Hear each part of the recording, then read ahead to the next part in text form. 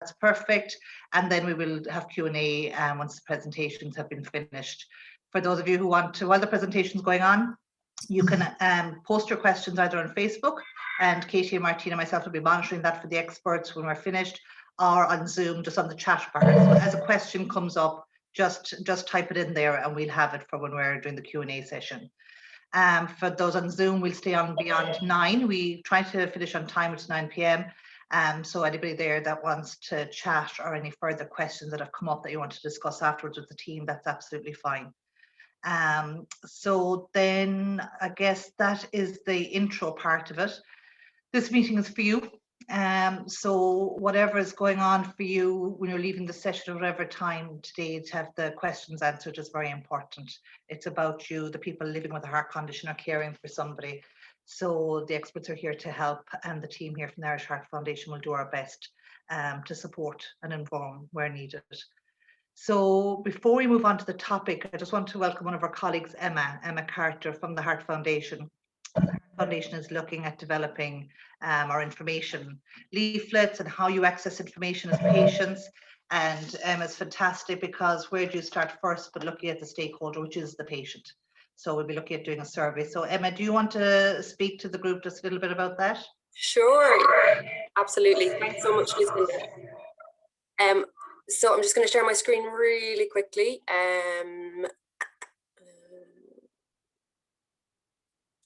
Or maybe not, but that's all right. Don't worry. I'll just chat to you. Did you want to take me off Spotlight? Is it because I'm on Spotlight? Does Emma need to be? Yeah, maybe. There you are, Emma. Yeah, cool. That's perfect. Thanks, guys. Deadly. Welcome to our group, Emma. Thanks very much. Okay, yeah, no, thank you all so much for having me and taking a few minutes to go through this information project with you. So I'm just going to give you a really quick overview of what we're doing and how we would love your help with this project, because this is for better information in a way that is easy to understand and in a format that you love. So I'm going to go through this just really, really quickly. So I hope you can all see that my screen there.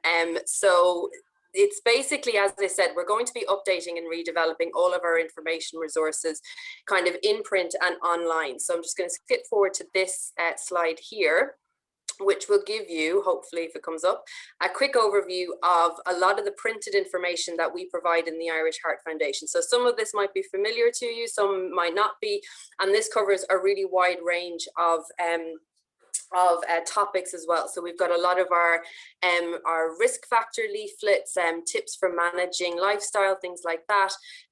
We've got our patient support booklets. We have information for stroke survivors and carers, information around support groups, and lots and lots of other information. So these go out to a really, really wide range of individuals and groups across Ireland. So last year in 2020, we distributed just over 230,000 pieces of printed material, which is obviously a huge amount of information.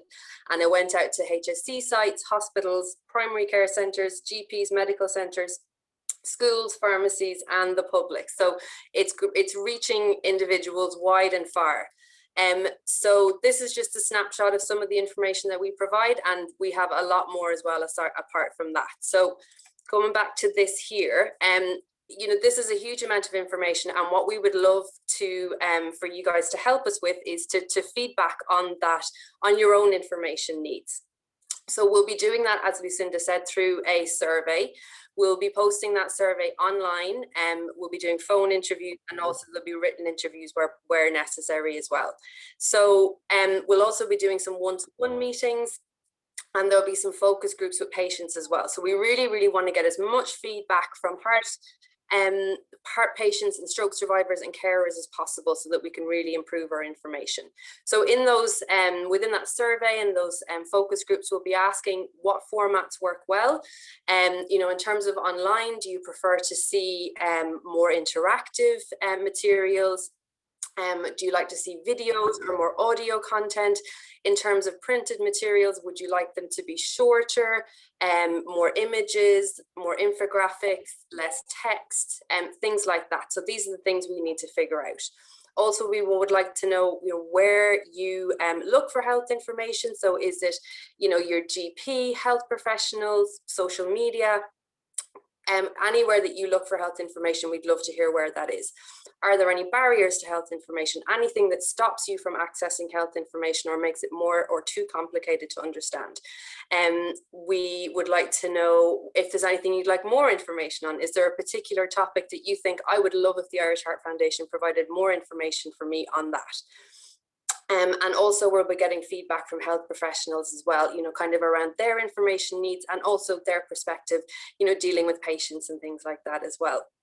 So it's a really well-rounded project, and we're hoping to get lots and lots of information and feedback from all of you on that. So the final thing is, as I said, is that we really need your help. We really want to hear from you. We want to hear your voice on this.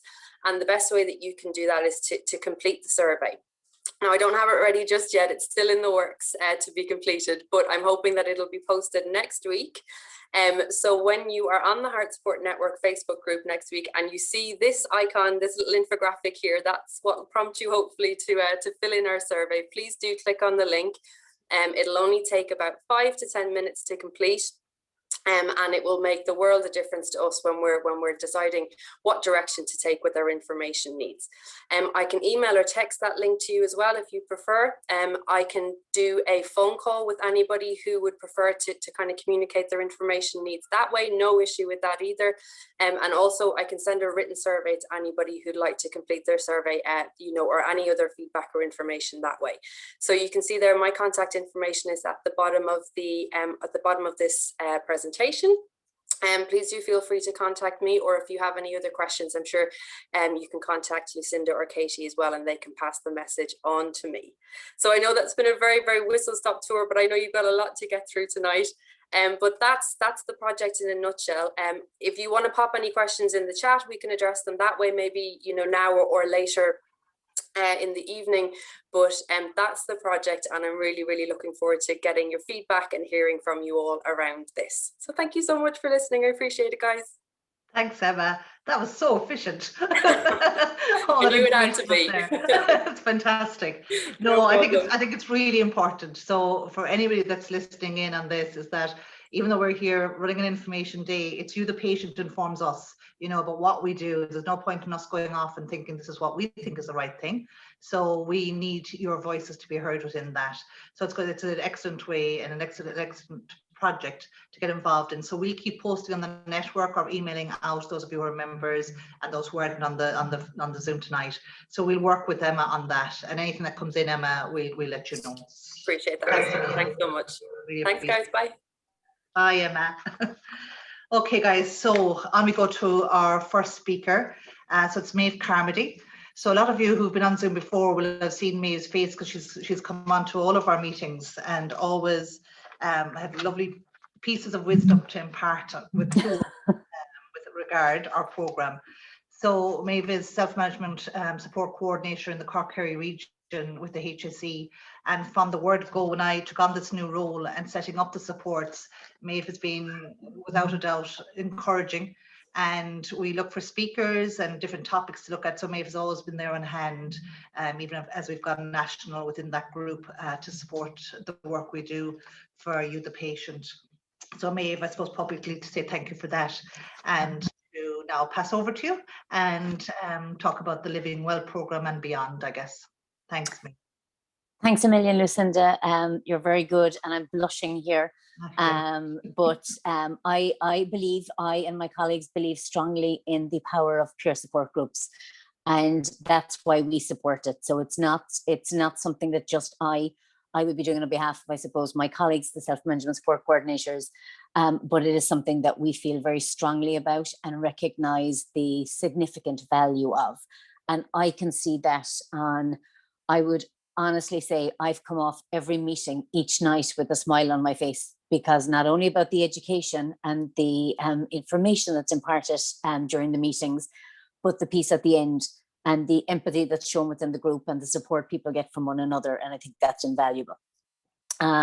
So as Lucinda said, I'm a self-management support coordinator for long-term health conditions. It's quite a mouthful of a title, and I would say if my husband was asked, what do I do now? He would look blankly. I don't think he quite understands. My background is that I'm a dietitian by background. So as part of my role, I was always encouraging and supporting people with a long-term health condition to become better equipped to self-manage it themselves. And the real reason is that you are doing that. And that's the reality, is that you are the people that are self-managing. So I put together a small presentation. I don't know, Katie, are you in a position to share that? I think Martina's going to share it, isn't she? Okay. Yeah. Okay, to share. Thanks, Martina. Yeah. Thank Yeah. you. And this is just, I suppose, to give a little bit of a background and a bit of information on the screen as such, but it's very much, I'll just talk it through quite informally as opposed to making this like a formal presentation by any means. Is that coming up?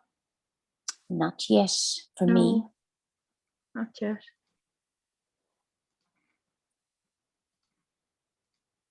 And I said to the girls at the start, and actually, sorry, I'll say Bill was there as well at the start.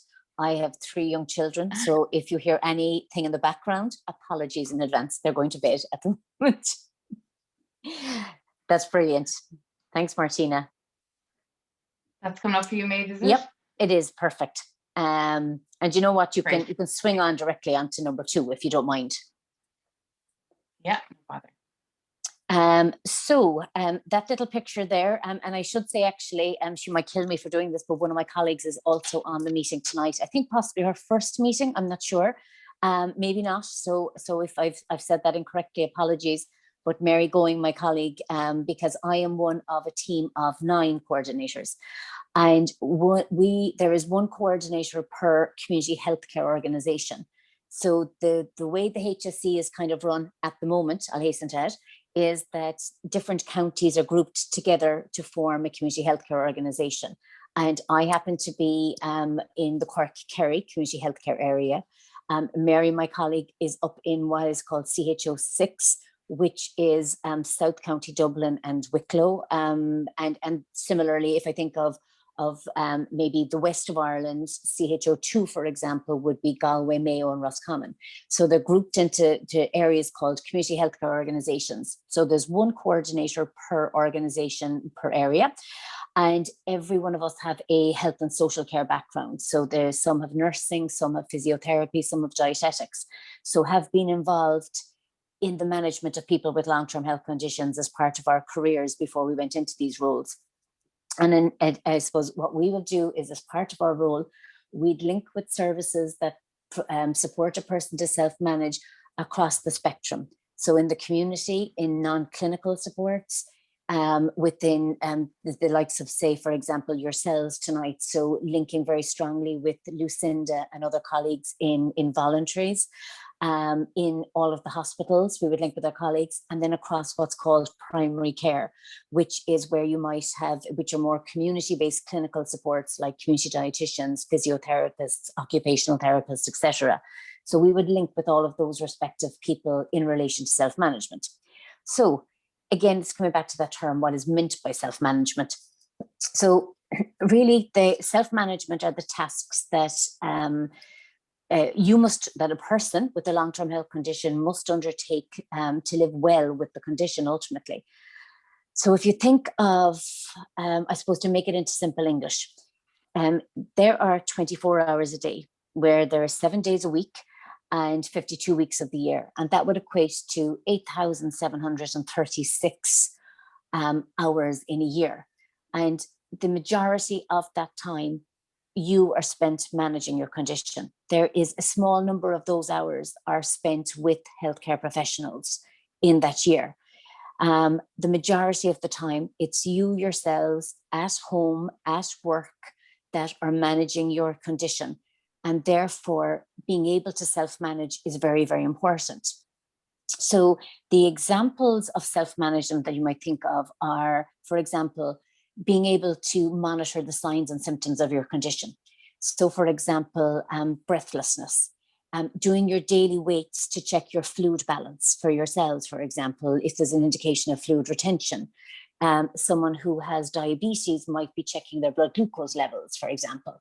And then it's at what point do you know that there is a kind of a warning sign, and when do I look for assistance, and whom do I go to for that assistance? Another thing is, which is very important, and I imagine it's onerous at times, is remembering to take medication at the correct dosage, the correct time, adjusting the medication if appropriate, because that needs to happen. And sometimes people might need to change a dose depending on how they're feeling. And just that task alone. And sometimes if medication interacts with food, you have to take it at a particular time of the day, and sometimes that might not suit you to do so. And sometimes you find that people coming into being diagnosed with a condition who've never taken a medication before, and after an event or after being in hospital, for example, are suddenly taking a number of different medications. That's quite something to adjust to. And that brings on to even like dealing with the effects of the condition on the activities of daily living, and adjusting to living maybe with reduced ability. So if someone was quite active previously, and as a result of their diagnosis or their condition worsening, that their abilities are lessened in terms of their activities of daily living or exercise ability, that's quite something to adapt to as well. Dealing with the effects of the condition on emotions and relationships. And that is one thing as well, that within families, if I even think, and not to personalize it, but my own father was a type 2 diabetic and had and then developed liver cancer. And throughout his condition, I don't think my mum or my family, apart from I, were ever involved in the management of his condition. And that just happened because he had a daughter who was a dietitian. Sometimes that suited him, and lots of the time it didn't suit him, to be fair. But when it came down to it and coming towards the end of life and into care, my family having to be involved a bit more in the management and knowing what was going on. And I think they understood more about how he had been managing over the years and the adaptations he had to make. Prior to that, I don't think that they might have understood that as well, and maybe were a bit not dismissive, but didn't understand it. And therefore didn't understand the I suppose the impact that had on his lifestyle, on his day-to-day living, etc.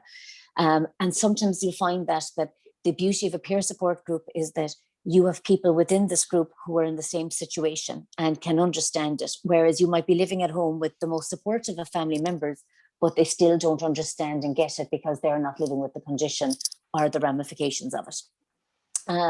Another thing then for people is changing their health behaviors, whether that's I need to up my physical activity or adapting it, stopping smoking, changing my diet.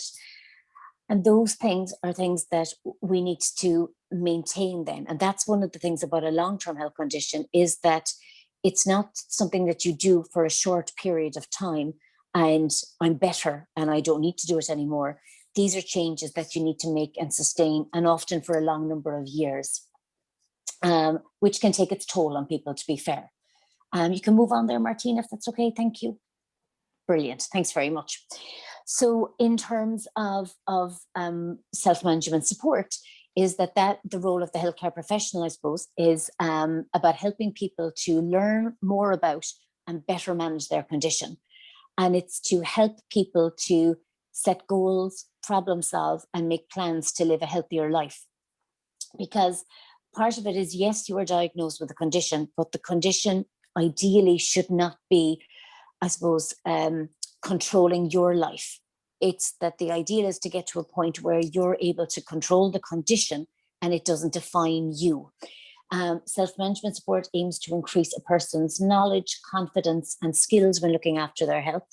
And to be able to self-manage, a person needs to have the right information.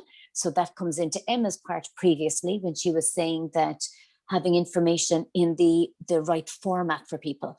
So that doesn't necessarily mean, for some people, they like a written booklet. I was talking to a GP on Tuesday night, and she was saying that she often gives people information and finds it on the seat in the waiting room or out by the reception when someone has been leaving. So booklets are not for everyone, but for some people, they love a booklet. I recall my uncle having a a significant heart operation, and having his kind of phase 1 cardiac rehabilitation book with him, and literally using it like a Bible, was quoting it and brought it with him. So information means different things to different people. And we, as a result, as healthcare professionals, need to be in a position to provide different forms of information to people. So a person needs to be able to have the right support. And this type of group is a form of support. This is a peer support. And it's not only that, but there's also professional support, because you'll see Norma is on here tonight. Mairead has been on previous groups as well. There's been Irene in terms of physical activity in the past. That is all professional support, and different services. And services don't necessarily need to be healthcare services. They can be a variety of services that support people. The important thing is that this is not a one-off. It's an ongoing part of the care of a long-term health condition. And as your condition develops, sometimes the support that you need needs to change. So you might find as your condition progresses, or God forbid, as it worsens, you need different types of supports and maybe more intensive supports. And that's what self-management support is. It's being adapting to providing you the support you need at the time that you need it. So I can go on again there. To examples. The next thing is just some examples of self-management support. So regular review by your healthcare professionals, and ideally that should include maybe making a care plan or having something like a self-management plan. Sometimes they look like a traffic light system, where you get advice for your green, like a traffic light being your good days. Then you've got a kind of a plan on the orange days. So it's maybe like at the traffic light where you're supposed to slow down. My children would say to me, Mum, you sometimes speed up. But that on those orange days, they're kind of your like in between days, and you're maybe having some symptoms that you're uncertain of. So it's your kind of being careful period and being alert to changes. And then your red days is your kind of alert. That's your alert that you need to look for information. But self-management plans like that give you guidance on what to do, and what a green day looks like, what an orange day looks like, and what a red day looks like. Help with changing your health behavior. So for example, there are smoking cessation officers within the HSE to help people with stopping smoking. Or else there is the quit.ie program, and that is the trained counsellors on the quit program have been trained by smoking cessation officers. If someone wants to change their diet, if they need to change their diet, getting support maybe from something like the Community Nutrition and Dietetic Service in your area. So it's worth asking your GP, do you have access to a free community dietitian? And they can then refer you on to that service. It's worth noting if they don't have it, then it's questioning why and making a case for looking for that service. If you don't have a community dietetic service and you're aligned with a hospital service, it's asking, is there a dietitian available as part of that service? Can you be referred on to someone? Community-based support, so things like walking groups, community cooking programs like Healthy Food Made Easy, for example. That is a program that is a 6-week program that deals with different aspects of healthy eating. It's not specifically for clinical conditions, it's more generic healthy eating, but there is a dietitian visit as part of that program. So if someone had specific clinical questions about their condition, they could ask some of them at that point. We talked again about the provision of good quality, consistent information. IT supports or apps such as the wonderful Fluid Heart Tracker app that Norma Capeless and her colleagues developed. And that is on the Irish Heart Foundation website, and it takes you through to how you can download it. And that's an invaluable tool for someone who is IT savvy for recording their daily weights, and it giving you an alert of an indication that there is fluid retention. Peer support groups. I don't need to say anything really about these in terms of I find them absolutely invaluable. And there's different formats. So I know that there's people on tonight from the closed Facebook group. Again, that is a form of peer support, and I know it's moderated. But I know that even sometimes Lucinda provides peer support by just doing telephone calls with people. So you've got this online group, there's telephone support, and there is what we would love to go back to, and I think it was May who asked earlier on in the conversation about the face-to-face. And this is a wonderful, I think, For some, you'll find that this has been almost a silver lining of COVID, because in the event of some people from where they live, it might be an onerous task to get to, say, Cork City to attend a, because that's just where I'm from. So if you had someone down in West Cork, they mightn't necessarily travel to Cork City for a face-to-face group, but they can happily do it now from the safety and the comfort of their own home. So there are pluses and minuses. I love the face-to-face. I'm craving just a typical boring, ordinary meeting. Today, I actually met someone from Diabetes Ireland in relation to their peer support, and we met face-to-face outside though and went for a walk, as opposed to being on a telephone. And it was lovely to make a connection that way. So there's mixed, I suppose, different groups and different settings and different platforms will suit different people ultimately. Another thing that people might have come across is social prescribing, or sometimes it's referred to as health and wellbeing community referral. This is a program that's available in many areas around the country now. And what it is that a lot of the time the supports that someone might help people are actually more community-based supports. They're not clinical supports. So it's things like being connected to a choir, a gardening group, a book club. All of those things are ways that help people to self-manage, because sometimes they help people to connect with other people, to distract from their own condition, to kind of almost have another outlet and help with stress and low mood in particular. And social prescribing is a situation where you were referred to a link worker, and that link worker would spend some time with you trying to establish what are your interests, hobbies, what are the things you might like to get involved with, and he or she can then connect you with things that are available within the community. So if you just Google social prescribing or health and well, so for example, down here in Cork and Kerry, the term is sometimes used, health and wellbeing community referral, and there's a particular website that directs to that down here, which is called the Wellbeing Network. But different areas have different platforms for that. So all you have to do is Google social prescribing in say your area and see what comes up. The next one, Living Well, I won't go into too much now because I'm going to talk about a little bit late in just a couple of minutes. And I know that there is one or two gentlemen on here tonight who are involved even more so with Living Well than I am, so they can be experts on that one. So I'll fly into the next one, Martina, because I'm conscious of your time as well. Further examples of self-management support that some people might have come in touch with is if someone has done exercise-based cardiac rehabilitation, or if there's anyone on here who happens to have diabetes, because this is the other thing we sometimes don't mention, is that the majority of people are actually living with more than one long-term health condition. So you've got a lot of people living with two or more conditions that they're managing. And on top of that, people might also be, you're managing your own lives, you're managing households, you're managing families. I know there's a couple of members in the group that have got younger children, etc. So you're balancing quite a lot. So you might find that people might have a number of conditions, who might have done different education programs. Some organizations, such as the Irish Heart Foundation and others, have professionally staffed advice lines. And education is obviously a key to any type of, I suppose, any of your consults, in particular with healthcare professionals, whereby you're getting the information that you need to help manage your condition. And that is supported by written action plans or care plans or written information that you can understand ultimately.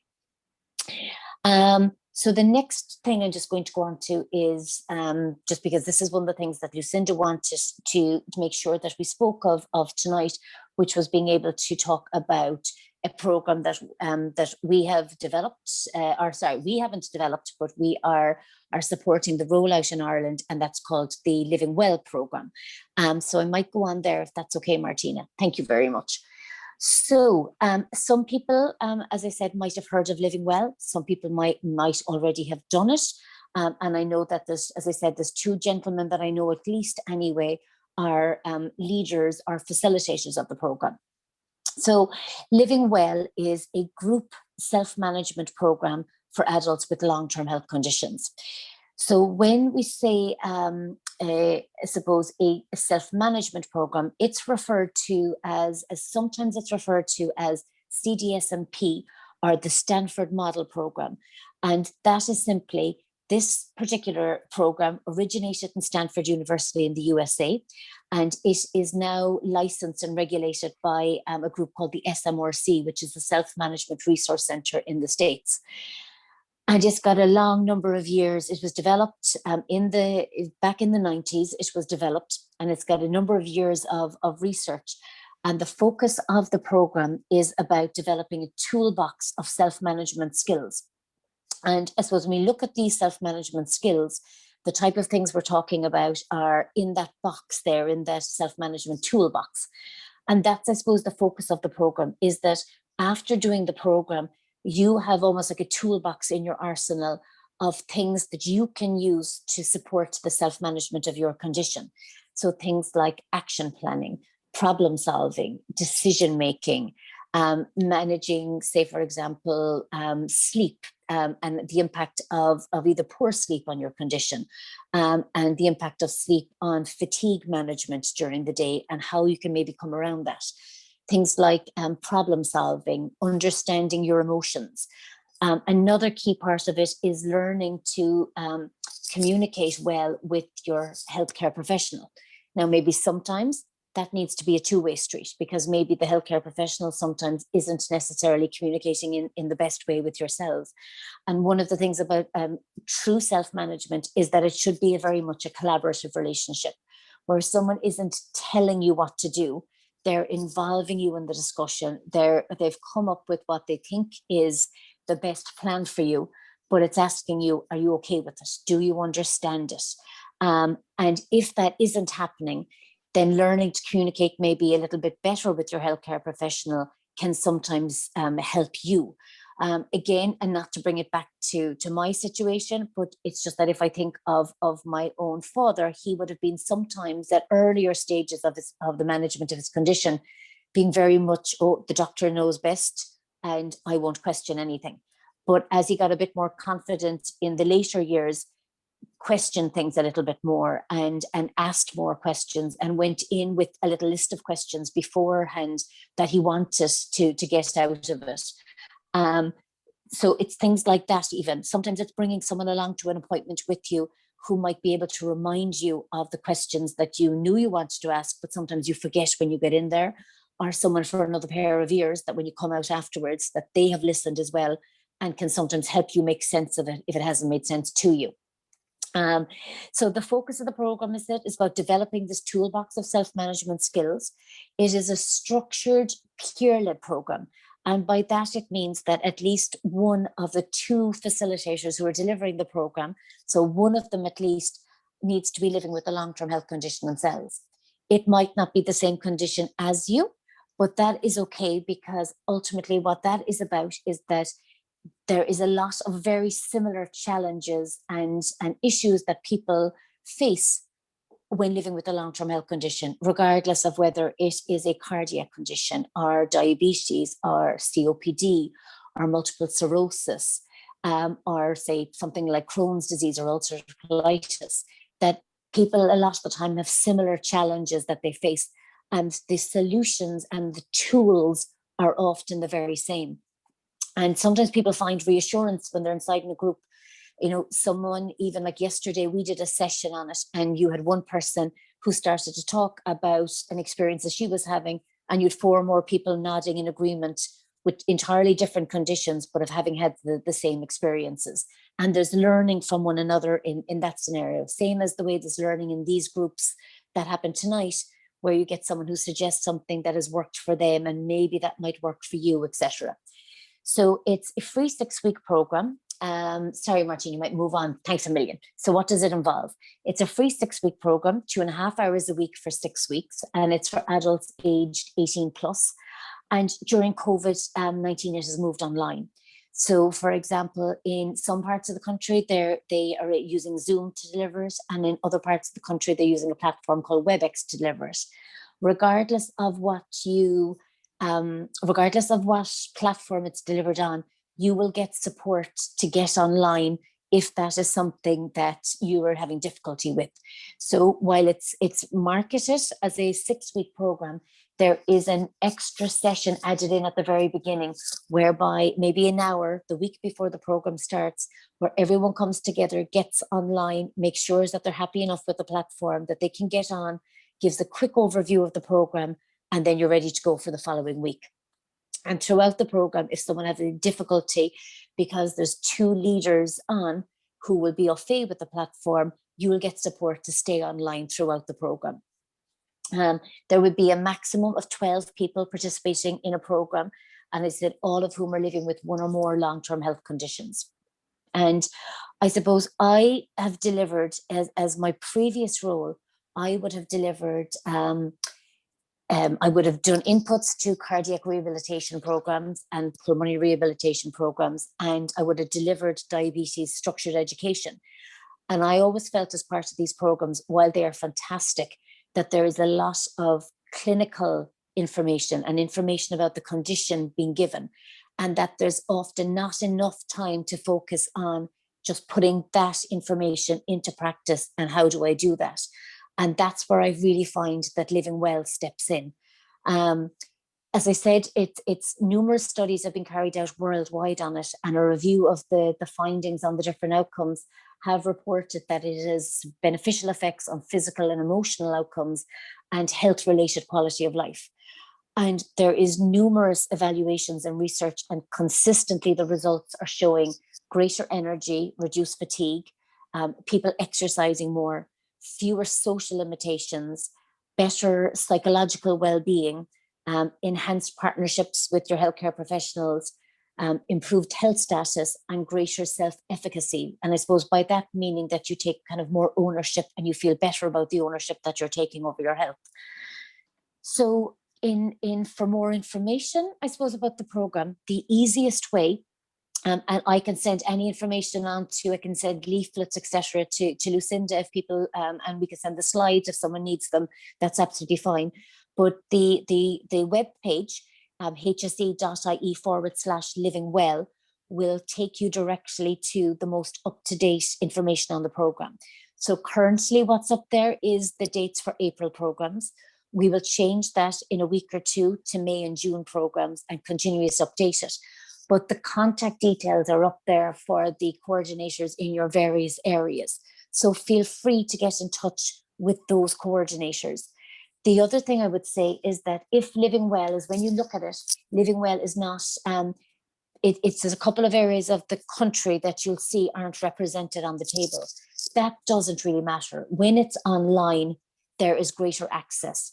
It would be a different story if in face-to-face times, you wouldn't expect someone from, say, Limerick to travel down to West Cork to attend a program of it. Whereas when someone is able to do it online, it's a lot easier to get access. So there's not a geographical restriction, put it that way. Don't be nervous about contacting someone if you're in an area that doesn't have it at present.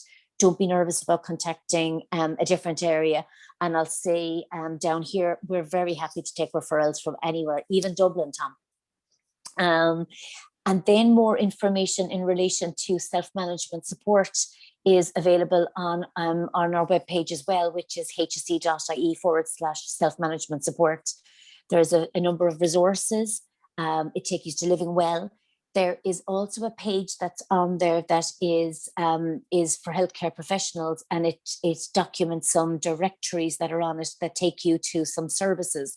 So while they are marketed as healthcare professionals and they are pre-COVID, there could be some information inside in those that might be helpful for people as well in terms of supports in their area. So I've talked enough there, and I've probably gone over my time, so apologies. And so sorry, Lucinda, if I've gone over. And I know that, and I know you'd hoped that maybe one of the gentlemen, I'm not sure whom, is going to speak about their personal experience of supporting Living Well. Yeah, thanks a million, Maeve. That's brilliant, all that information. And yeah, I mean, thanks to the national group as well of self-management support coordinators. Because I suppose, as I was saying earlier, pre-COVID, we were working in the Munster regions and Sligo, but again, thanks to technology, we were able to go more national. So the partnership between the Heart Foundation Self-Management Support Coordinators has been excellent and really appreciated. So over to you, Michael. If you're on there, you can, all of you know I have my own heart condition, and Michael was my very capable facilitator on that group with my challenges. So I certainly can vouch for the programme and for all of us. We can never stop learning. So it was great. So thanks, Michael. Thanks for sharing with the group your experience of it. So now we're going to introduce our next speaker, Theresa Mcelhinney, who's a Senior Health Promotion Officer with the HSE, and she's going to talk about the wellbeing programs being offered by the HSE. And so stress, you know, yes, because we've gone through our different traumas around our heart conditions, our operations, medication, etc., or living with somebody who has a cardiac condition, but stress is part of being a human being. I don't think we can ever get rid of stress. It's how we cope with it, how we deal with it. So being aware of stress is very important, and so learning some tools, I suppose, to again, us self-manage and try to live well. So Theresa, I really appreciate you coming on the call tonight and sharing your presentation with us. Thanks a million, Lucinda, and thanks a million for the invitation. It's lovely to see all the faces. And also hello to Maeve. We worked in the same department for many years, so she put me in touch with Lucinda. So it's lovely to see you. I haven't seen you for a while. So my own area, I work in health and wellbeing and health promotion, and my area is mental health promotion. So it isn't around mental health illness or diagnosis. It's around our mental health for every day, of being able to just get up and get out, and what does it take to enable us to do that. So it's really about, we all have mental health, but we need to look after that mental health. And I want to just talk with you tonight about some of the support, some of the programs that are available to help you just to look after your own mental health and to notice when it's slipping, and to notice when people around you, when their mental health might be slipping, and what you could do to help yourself. I suppose that one of the programs that we'll talk about is one that I've been involved in since the beginning, and now it's online, so I'm looking forward to telling you about that. But the main message is that our mental health is really connected with our physical health.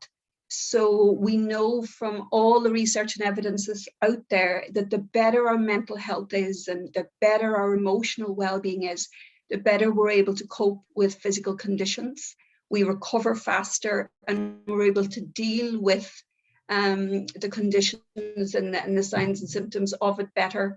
And we're also able to kind of comply with the treatments better if our mental health is good. So there's many reasons for us to make sure that we are minding ourselves, because oftentimes we don't notice that our mental health is becoming poor until we start feeling very stressed or maybe low in ourselves. So I'm going to just share with you some programs that are available freely to you through Health and Wellbeing, and hopefully now this will work for me tonight. Sometimes I have difficulty with my, why is that not going back to me? Sorry, just give me a moment here now, because sometimes it plays up a little bit. So there, so here we go. And one of the programs that I want, as I say, want to tell you about is Minding Your Wellbeing. And this is about really taking a positive approach to our mental health, and not waiting for the problems to arise, but to look after ourselves every day. And what we want to do in the program is to encourage you to prioritize your self-care, because oftentimes we think we're looking after ourselves well, but then we find we're not. Maybe other people's needs take priority, and we find that we're putting our own needs down the list. And that can happen maybe if you're caring for a family member, or other things are going on in your life that you forget to look after yourself. So in the program, it talks about different things you can do to help just build your mental health every day. And it is an online program, and there are 5 videos, and you can access them on yourmentalhealth.ie. They're on YouTube, and the 5 of them are together. And I present the program. I'm doing my Miriam O'Callaghan bit, not succeeding very well, but the program seems to be liked so far. And each session is about maybe 15 to 20 minutes. And it isn't all slides like this. There is, there's chat, there's a bit of video, and there's some slides and information. So it's kind of easy enough to watch. And it really does give you kind of hints and tips about how to mind the different parts of your mental health. So the sections that are covered are looking at our self-care. And as I say, often we say, sure, I look after myself well, or I'm grand. And you mightn't notice that you're not. You might think, God, it's a long time since I've been out for a walk, or you just feel too tired maybe to make healthy food for yourself, or you're too tired maybe to make a phone call to have a chat with somebody.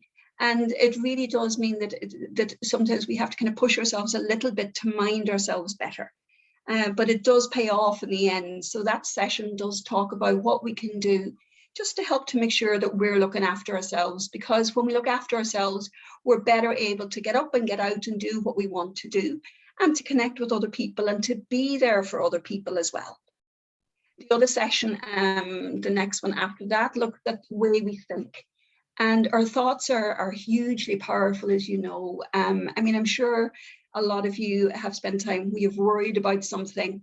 And maybe hours or days you've worried about something, and then found when it did happen, it wasn't as bad as you thought, or that it didn't happen at all. So we look at what you can do to just, to nip those worries in the bud, and to notice when you're worrying and what to do when you're worrying, so that you don't get caught up in it. And also about how to kind of, make sure that you bring positive thoughts and that kind of optimism into your lives as well.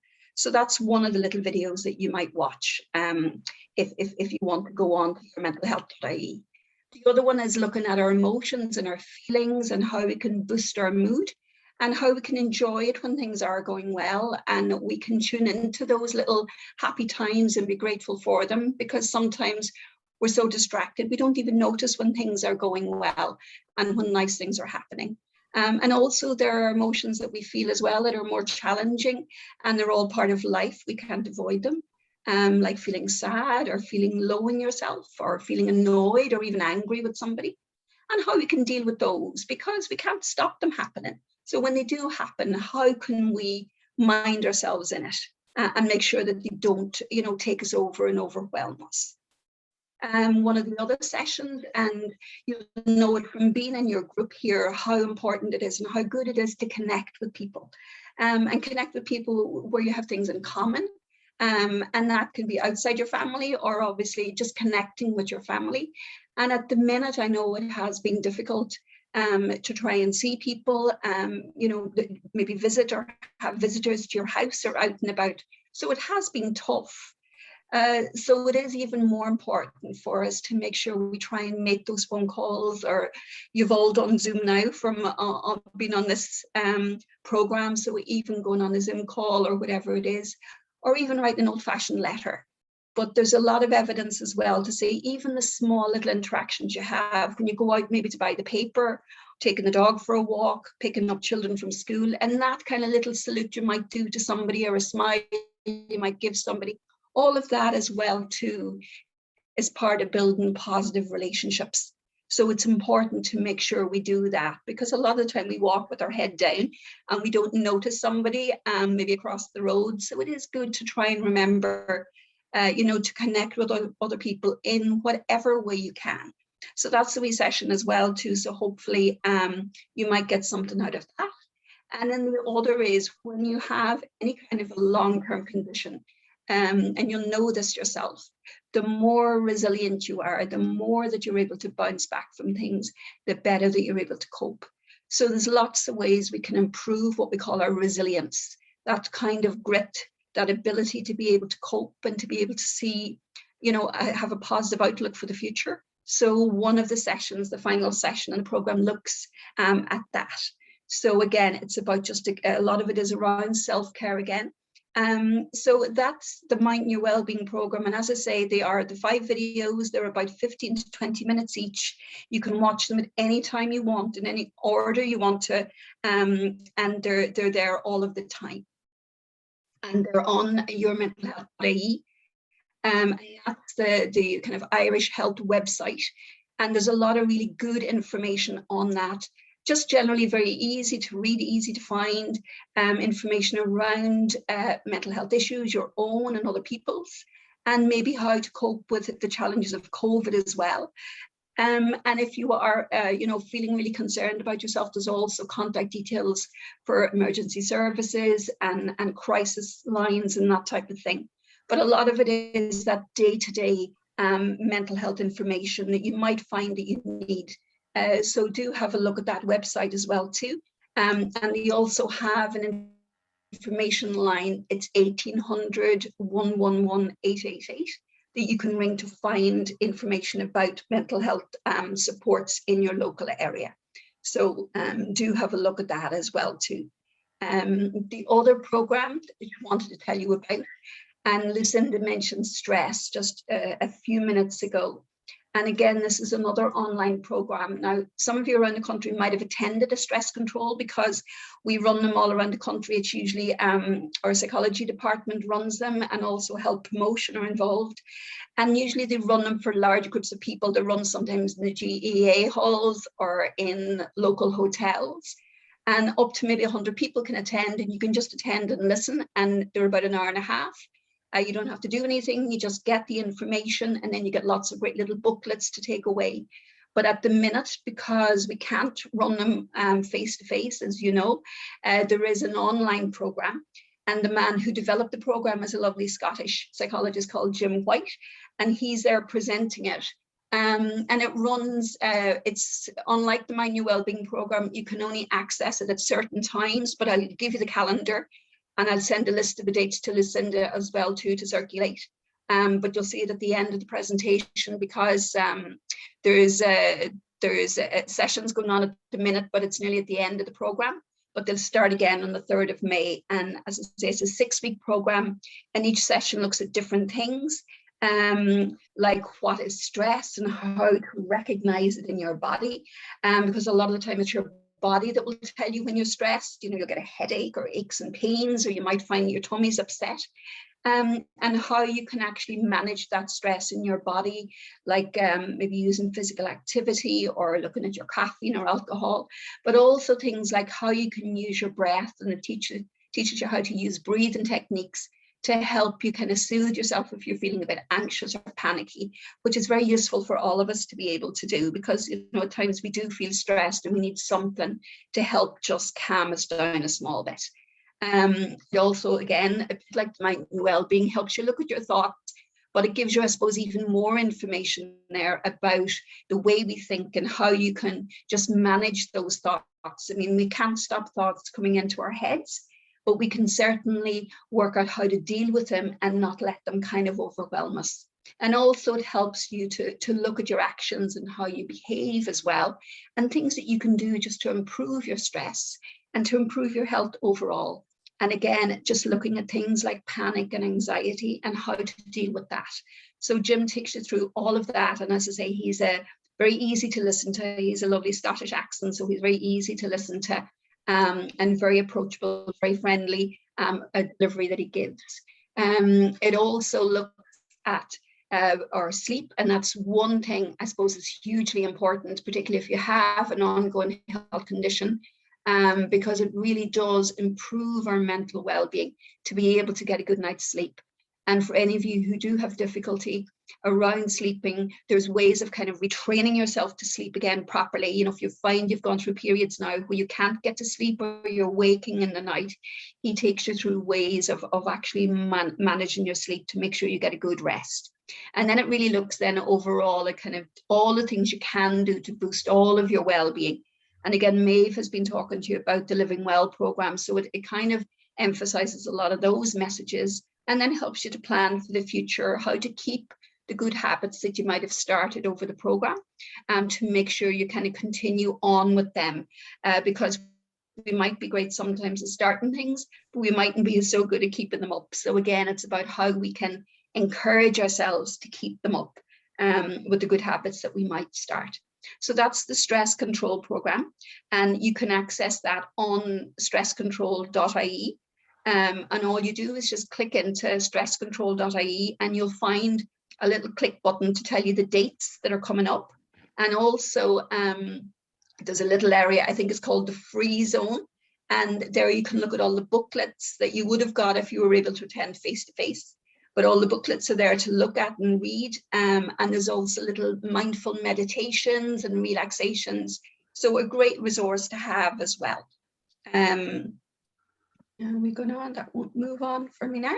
Quite sure why. Okay. Hoping you're all still there.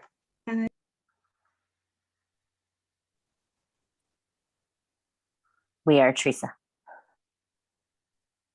There. I hope you were able to hear me during all that. I probably muted myself. Perfect. No, it's perfect. Yeah, I'm sorry. My it's just frozen. There's a few more little slides there, but I'm not quite sure why it's stuck. But just talk you through anyway, because hopefully you'll get this presentation anyway. The Maeve mentioned the social prescribing program as well, and I just wanted to flag that because again, I suppose that oftentimes we would go to our doctor or a health professional if we're feeling a bit low or even feeling a bit lonely or isolated. And it is important, I suppose, maybe to realize that sometimes it isn't medication or treatment that we need, that maybe we need to link with other people or we need a little bit of help to do that. And I think somebody put into the chat as well too about could you get some support from social prescribing around finding out about social welfare entitlements and stuff. But what the social prescriber link person might do is put you in contact with the likes of Citizens Information, where they would be able to help you work through your social welfare entitlements and things like that. So I'll send Lucinda a list of all the social prescribing programs around the country. There's 30 of them, right from Donegal, where I'm actually from myself, but I'm based in Cork. So there's programs from Donegal, quite a lot of them, right through the country, down as far as Kerry. They're not in every single county, but there's quite a few of them. So there might be one somewhere near you. And I can send that to Lucinda and maybe she would circulate that to you. So I can't get the slide to move on there for some reason to show you the dates for the stress control, but just to leave you know that it'll start on the 3rd of May. And the program is available from 9 o'clock in the morning on the 3rd of May. But it's available then for 2 days. So you can watch it any time between 9 o'clock on the Monday morning and 11 o'clock on the Wednesday evening. And as I say, it's about an hour and a half. So you can have a look at that. And then session 2 would run then on the Thursday of that week. And then session 3 on the following Monday. So each week, the program would be there for about 2 weeks. It's not live, it's pre-recorded, but you can't watch it anytime. You can only watch it during those 2 days, each session. So as I say, the next one is starting on the 3rd of May, 2 sessions a week for the 3 weeks. And then the next one after that will start on the 31st of May. So, but I'll send those dates to Lucinda as well, and she can circulate them for you. All right, so thanks a million, everyone, for listening. I hope you've had a good evening, and I hope you haven't been falling asleep with all of the slides that you've been going through, but hopefully you got some information there. Thanks a million, Theresa. Okay, and I'll just stop sharing there. Great stuff. Thanks a million. Yeah, and if you send on the details, Theresa, we will post and keep patients whenever there's programs or anything like that, let us know, and we will signpost to what's been provided, because it's so important as patients that we avail of all resources that are put in front of us. So this has been great to find out more. And you'd mentioned like mental health, and for those who are new on the Zoom tonight, we do have a meeting dedicated to mental health, Theresa, and then we also, as you mentioned, sleep. We actually had a session on sleep, because sleep has just been such a big difficulty for our patients. So we work practically on topics like that as well, which is great. I suppose it's a good time to say as well around counselling and the importance of talking to somebody and that, and if anybody's in need of that, to contact us and their Heart Foundation via our nurse line and get in touch, because it's so important to realise that we're not on our own and you don't have to stay stuck, which happens to all of us at some stage after our event or during the process of our diagnosis. So thank you. It's great. Thanks, Theresa, for your time. Very well. Okay, so I think we're just gonna, before we move on, we've one more speaker to talk about, we've looked at the PowerPoints as Theresa and Maeve have worked so hard on, but we look at the practical piece of it before we end tonight. But just, we might look at some of the questions that people have, if that's okay, that have come in via the chat bar or through Facebook. Martina and Katie, do you want to? Lucinda, what I say what we could do is, because there's no questions through Facebook, so we could just go ahead with Maurice, and then maybe we can come off Facebook and answer the questions from the group together. Okay, I just wonder, would they help the people that are on Facebook? Let's see. There was something about the referral anyway, which is important from the Living Well, isn't it? The 6 months. It says a check-in after 6 months. So referral is self-referral. So you don't need to, you can be referred to the program. So someone might tell you about it and might signpost you to it, but you can self-refer yourself. You can pick up the phone or email one of the coordinators about the program and register yourself, and they will talk through the program with you and the dates and all that entails. There isn't a refresher for Living Well. So different to some of the clinical programs, like if I think of an old Expert Diabetes or CODE, which is a diabetes program, there would be a follow-up because you might go back through bloods or something like that. There's technically not a follow-up for Living Well, but that's not to say that that's not something that might not be explored, where you bring people back to maybe do a refresher session. The thing about that is that you won't necessarily get all the members of the group that were in your original group. So you might have mixed members as part of that. So it's not something that is offered at the moment, but that's not to say that it's not something that wouldn't be offered in the future. The program itself, because it's strict fidelity, a license agreement with the states, is you can't play around with the program outside of what you've signed up to. Very good, thanks. And then just the second point is Lucinda, yeah. Yeah, I was just going to say there's a question there, Lucinda. You got it. You go ahead, Martina. I think I was saying something else. Go on ahead.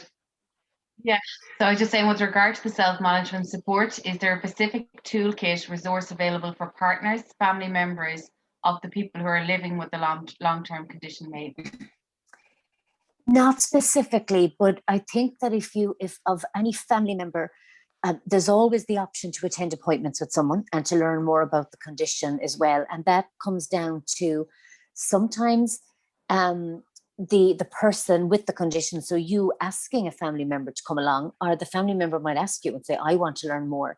I would have found in particular, when a male was diagnosed with a condition, his wife or partner would want to come to the appointments, because if it meant a change in diet or lifestyle, still in this time, it's still the majority of the time. And I think of my own house, where during this call, my husband came in and said, there's nothing in the fridge for me. And I said, I took out a dinner for you, it's in there. You've still got that situation whereby it happens a lot of the time. So sometimes wives would come along to the education programs, the diabetes education programs, to learn more themselves so that they could impart the information at home. Living Well is a situation where you can have a carer of someone come on the program. So someone who's caring for the person with a long-term health condition and might be managing some of their needs. And that might mean that that person comes also with the person with the condition. So the two people might attend the program together.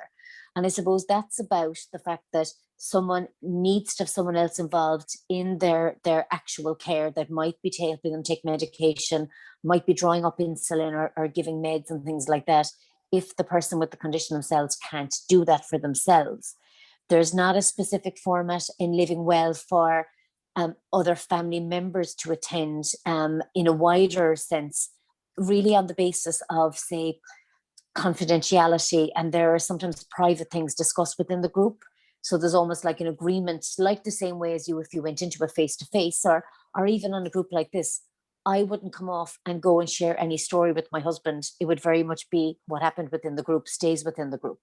And that would tend to happen with Living Well. So it's very much about everyone who signs up is on camera, is very visible, signs up to the group and does a consent and agrees not to share information. So for that reason, you'd have a carer, but not necessarily broad family members. But I would encourage family members to attend appointments where it's permitted, to read the information, And I would encourage you as people with long-term health conditions to share information with your family, because often it's a two-way street. You might feel that, oh God, I don't want to burden them, but actually they need to understand what you're going through, and therefore you need to tell them what you're going through. So I would encourage that in the first instance, that you, through learning to self-manage, help them to better self-manage as well, if you understand. Yeah. Thanks, Maeve. And just what I was going to say, I suppose, because entitlements came up, and Theresa and Maeve, I'll be coming back to you on this. We're in the middle of developing an entitlements booklet. Yeah. So I suppose for someone who's been diagnosed, rather than trawling through websites or other phone calls, to be able to give them this at time of diagnosis, so that they can get access easier and quicker to those kind of entitlements. So we're working on that at the minute, and we'll send it on to you. And even when that's developed, that the social prescribers could take that with them, because it'll be a great source of information, I suppose, and take away some of that anxiety once somebody's diagnosed. Okay, so yes, okay, I'm happy enough that I think we'll go on to, we can look at the other questions that have come up after we have our next session. So to introduce Maurice Craig, who's kindly come on with us tonight via Martina, which is fantastic. So we've been talking about how to manage stress, but Maurice is going to show us how to do it. So I hope that's okay, Maurice. You can introduce what you're going to do with us to finish up. Oh, that looks lovely. That looks lovely. Thanks, Maurice. Okay, it's lovely to be here.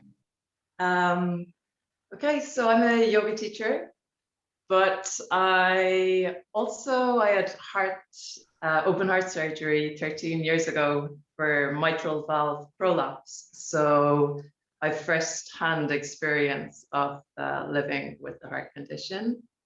Tonight, we're just going to do just a 5-minute meditation. So from where you are, sitting comfortably, I'd just like to invite you all to join me. Place your feet on the ground and hands to your knees, palms facing upwards. And closing your eyes, relax your shoulders, spine lengthening, lifting up out of the pelvis, heart lifting,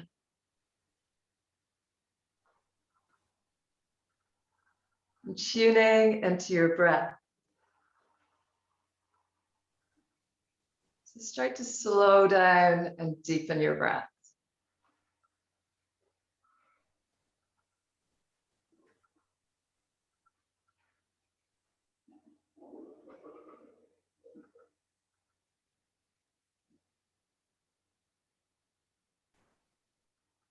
We're going to take a quick body scan.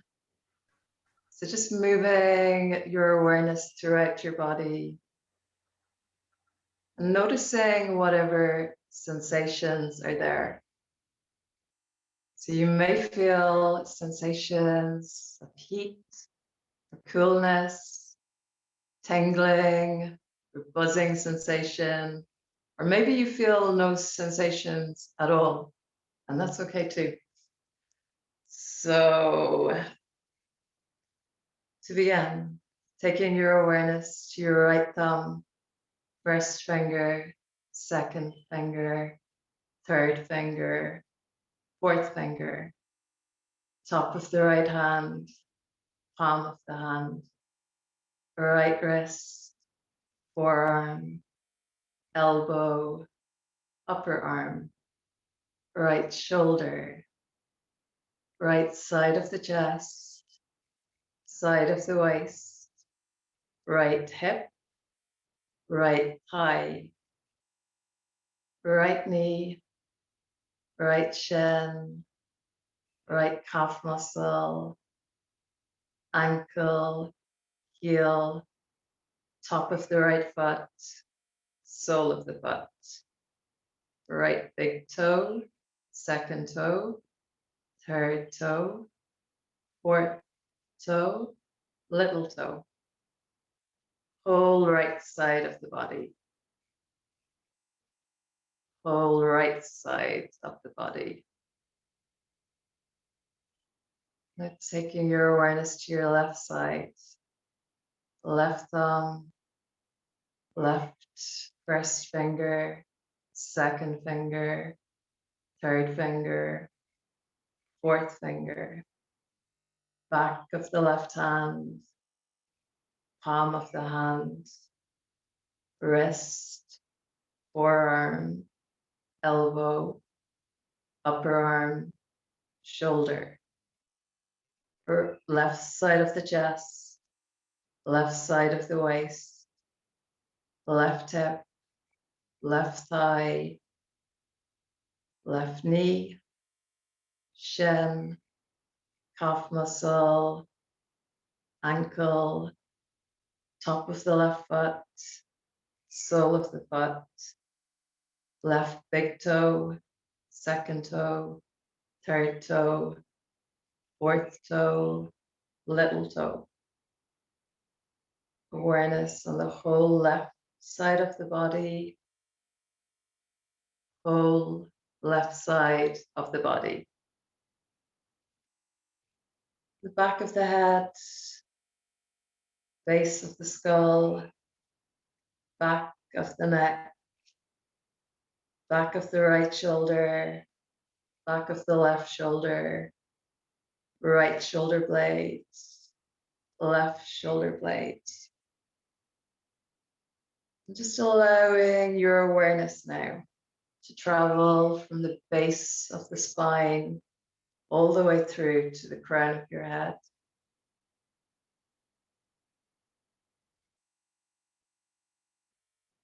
And from the crown of your head to the base of your spine. Awareness on the whole body.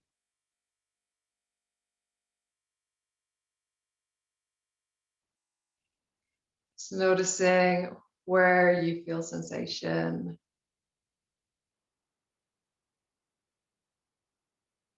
Meeting those sensations with the breath. Without judging, without attaching.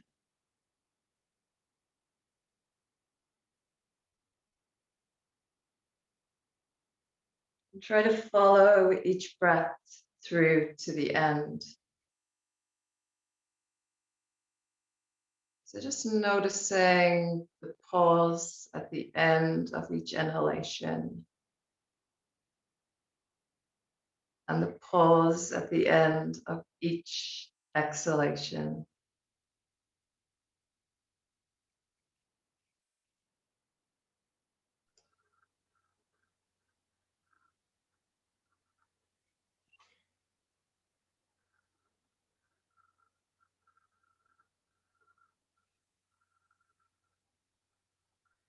Okay, and when you're ready, you can open your eyes.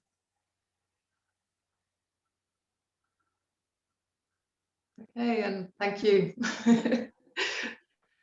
Thanks, Maurice. Have we lost anyone along the way that's gone to sleep? Gosh, Maurice, I guess, yeah, you get aware, you become aware when you do something like that, how tense your body is. I guess Yeah, that is great the way awareness. to check in, you know, because we hold so much tension in our bodies. Yeah. And the breath being so important, as in, which sounds ridiculous thing to say, but that deep breath and that being in the moment. So and thanks for sharing. These practices, like, yeah, it's just all about the breath, you know. Yeah. So for us to take a breath and to relax into it for the minute. Yeah, that's lovely. Thank you, Maurice. I really appreciate that. That is great.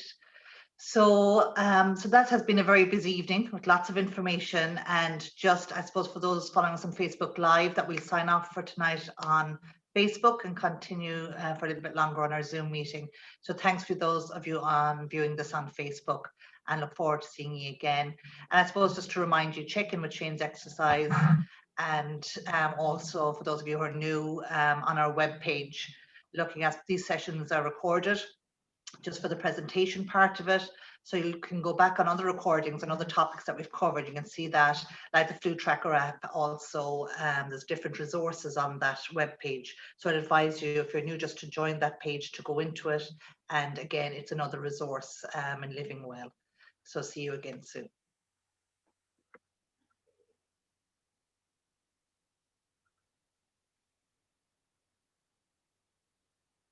We're off, are we, Katie?